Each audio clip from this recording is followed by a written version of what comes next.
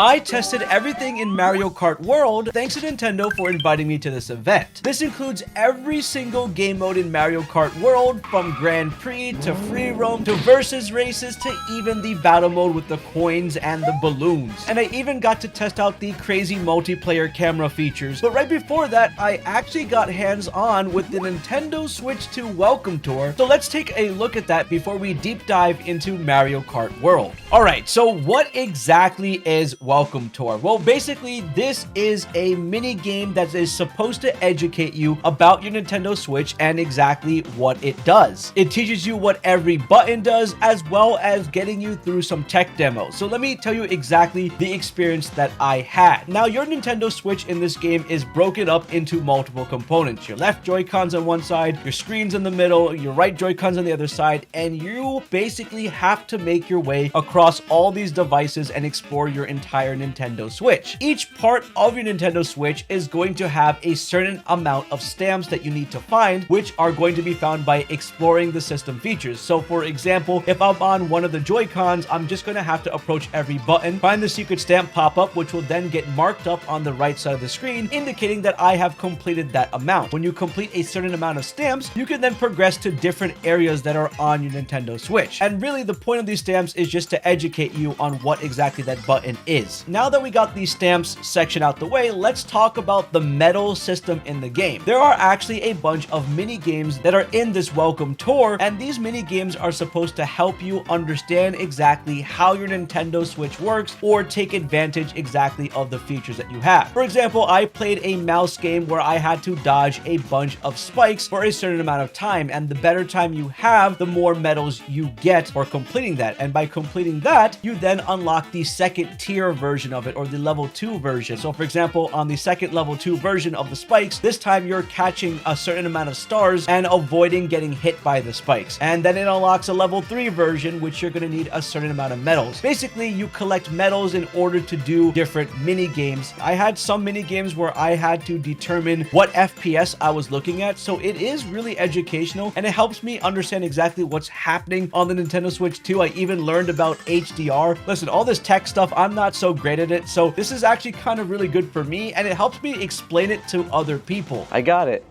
Overall, I guess the fun that you can get out of it for a $10 game is just competing in these mini games to see exactly where you are. I mean, there was even a really interesting pixel one where you actually got to play Super Mario Bros, the original game, and you're running across your screen exploring the map, and you get to see all the sections of it to understand exactly how pixels work. That's all I have to say about the Nintendo Switch 2 Welcome Tour. It's educational, and if you really want to learn about your Switch, go ahead and pick it up for $10 and play it. Now let's move on to Mario Kart World. Starting off with the main menu right away, you're introduced to just Mario driving with the background happening while you have all the menus over here. Now, if you look at the bottom right of the screen, all you have to do is hit the plus button and you'll be entering free roam mode. Now, what's really cool is it's so seamless, the transition from the menu into the free roam. It feels so natural, so they did a really good job at doing that. Now, in free roam, there is a lot of stuff to do, and I mean, it feels very massive in general. First off, we have P-Switch challenges. These blue buttons are going to be everywhere in the game, and all you have to do to activate them is just ride on over to them and step on them, and they'll go down, and that will initiate the various challenge that you're going to have to do. And every challenge is very unique with what they make you do. Now, if you happen to fail a challenge, you could just press the L button and you'll be able to repeat the challenge again. When you finish it, you'll get a stamp for your completion, and what's interesting is this game gives you a bunch of stamps. If you look at the main menu, you'll also see a little stamp icon there. You also get Peach coins for completing these P challenges. And there are so many stamps in the game, when I noticed that it's going to take you forever to probably collect them all, which is a great thing when it comes to content. So it's not something to be rushed, but something to be explored. Now, while you're also free roaming, you can go anywhere. But something I really wanted to check out was Yoshi's, because the most important part about that was grabbing that food in order to unlock a character outfit. Now, I noticed if you have any other items on you, where you're free roaming or if you're in a race and you go to Yoshi's, you cannot grab the Yoshi's meal item. So I had to consume the mushrooms I had on Mario and then went back, picked up my Yoshi's meal, and then I was then able to unlock this specific outfit for Mario when I picked it up and activated it. Now, something cool I also noticed is that those food items consistently keep refreshing at Yoshi's. So it's not something that you have to just grab once, but it constantly keeps reloading. So you could try out switching over to different characters and also picking this up to unlock their outfits, which I thought was pretty cool since certain characters all share a similar style outfit. I did this for Luigi and Peach as well here. Now, Yoshi's you'll come across not only just in free roam areas, but you'll actually encounter some Yoshis in the middle of a race. And even if you grab a Yoshi item in another map region, your character will just transform to fit the outfit of that area. So nice touch there, even if you've unlocked it. So don't activate this if you're trying to stick with a specific outfit during a race. And while I'm saying this, you can also switch to other racers mid free roam as well.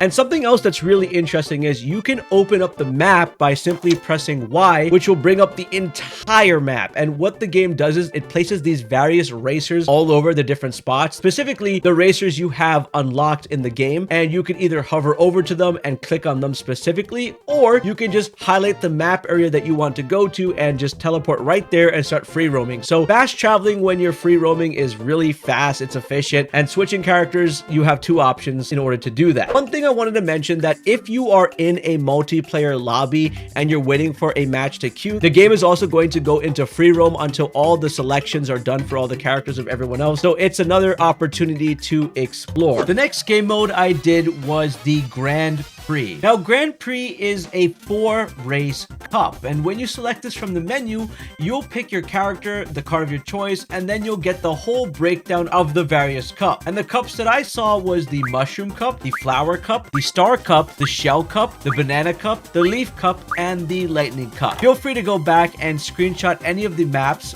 if you want. What's also really cool is the animation on the right side. So as you select the cup, you'll see it highlight all the courses that are going to happen and how exactly they are connected, which is the whole thing behind Mario Kart World, because everything connects in a giant world. Anyway, one of the first cups that I chose for my playthrough was the Star Cup. Now, the intro of the cup actually gives you a quick overview of all the tracks.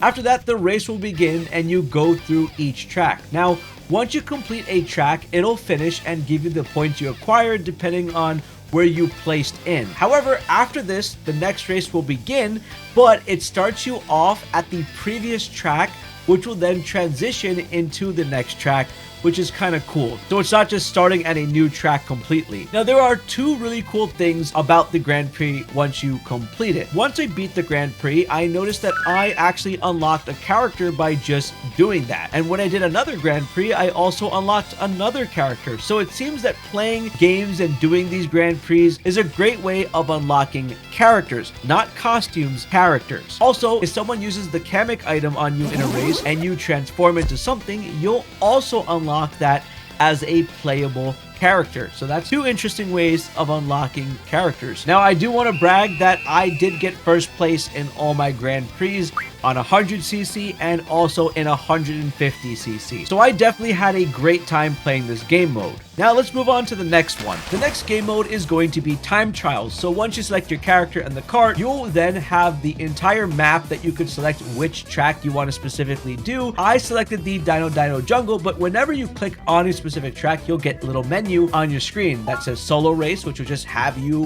racing on your own to establish a time. Race against ghosts, where you'll be racing against somebody's ghost or your ghost. You can view the ghost, you can view rankings, and even upload your ghost data so other players can race against you. Now, in these tracks, there are a bunch of pathways so you can get really efficient at it and be good at it. This is actually probably the best practice for being good at something. There's also coins that you want to pick up so your cart can go a lot faster, and it's just really a way to master it. Once you complete this, you'll get your time, and that's pretty much what this time trial is. It's just to get a time. Nothing really new to racing games, and if you played Mario Kart before, the concept of racing against time and Ghost isn't brand new. Now let's talk about the brand new game mode in Mario Kart World, and actually my most favorite gameplay mode I've ever tried in this game, which is Knockout Tour. Now, Knockout Tour is pretty much this non-stop race that is happening across multiple tracks, and it pretty much starts you off with 24 players, then eliminates the last 4, makes it 20, then eliminates the next 4, 16, 12, 8, 4, until the winner is decided. And it really is a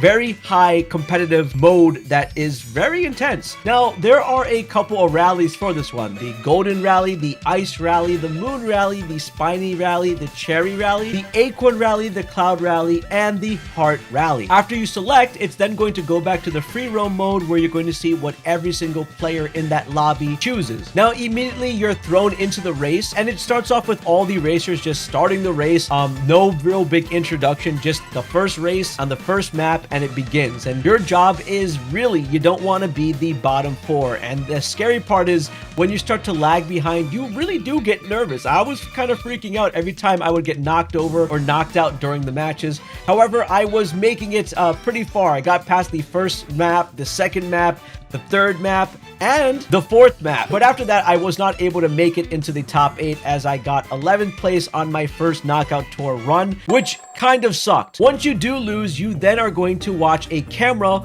of the other players who are playing the game, and you'll see who's in first place, and they'll have the crown. Once it's fully complete, then you will get the results at the end, stating what your place was during that race. However, we did go one more time on the Knockout Tour, and this time I did the Acorn Rally and managed to make it to 7th place, which wasn't too bad. Hopefully when this game launches, I can actually make it to the first place, so make sure you drop your Nintendo Switch friend code in the comments down below. That way I can add some of you and defeat you all on launch. I also got to experience the versus race mode, and this one is a little different than the previous ones with the Grand Prix and with the Knockout Tour. For this one, after you select your character and the vehicle, you'll then will be thrown into the free roam map, where you're waiting for everyone to select the track, including yourself, which one you're going to race on. After that, you're then going to start that race, and once you complete it, you'll get assigned a certain amount of points. There's no elimination, you just finish the race, get your points, and after that, you're thrown back into the free roam mode again, where you're then will be introduced to a bunch of tracks within the local area that you can select next, or you can go hit Y on your map and pick another track in a further distance area. Something interesting too about versus race that the game has is that you can also pick the pathway, so you just don't have to stick to one map. You can actually create the track that's connected to the map that you're on, which is actually really interesting to create a unique race. And honestly, that's pretty much what versus race is. The next game mode I got to experience was battle mode, and within battle mode we played 2 games: Coin Runners and Balloon Battle. Now let's start off with Coin Runners. For this one, we started off by having the choices of playing in Peach Stadium, Moo Moo Meadows, or the Dino Jungle. Now, as you can tell, everyone wanted to play Dino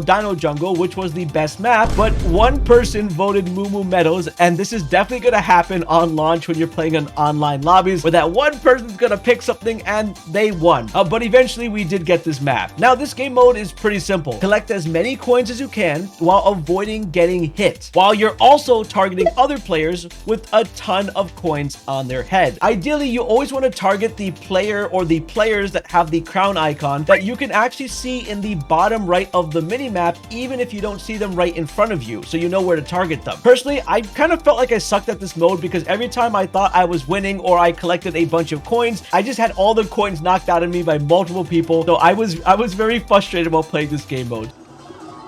Oh my... Bruh. I guess the strategy, if you are not doing so well, is to collect coins and hide for the more passive approach, especially if you're bad at attacking. However, in Balloon Battle, I completely changed my strategy. I selected the Dolphin, riding the Dolphin motorcycle for full Dolphinception. That way I'd have a little more luck. Personally, I did like this coin better, because all you really have to do in this mode is protect your 5 balloons from popping, while also aggressively trying to go after other players' balloons. Now, we were in teams for this one, red, blue versus blue team, but I actually didn't realize that until I started doing this recording now. So my apologies to any blue team I may have accidentally hit if I did any friendly fire, because I was going off on anyone I saw. Now on the bottom left of the screen during balloon battle, you can notice that there are balloons showing the amount of balloons you broke on enemy players. So the more that you have racked up, that's what's going to give you your crown or show that you're scoring the most points. Now when you do hit other players, you'll see a got 'em pop up on the screen, just notifying you if your shell hit them from across the room, or if you hit them with the boomerang that you did well, or that you did good and got your point. Overall, this was an extremely fun game mode, and I can see myself doing a lot more balloon battle, but I would prefer